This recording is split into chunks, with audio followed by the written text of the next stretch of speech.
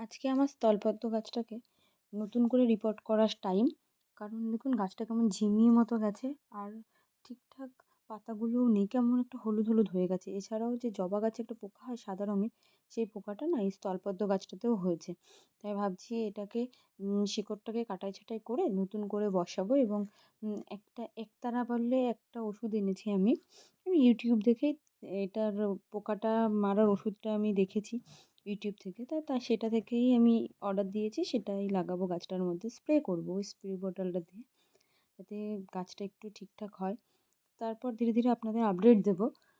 আপনারা সঙ্গে থাকবেন, দেখতে থাকবেন। আর পোকাটা মরলো কিনা বা কতটা কাজ হলো সেই সম্পর্কেও আপনাদের আপডেট দিতে থাকবো। আপনারা সঙ্গে থাকবেন। টাটা।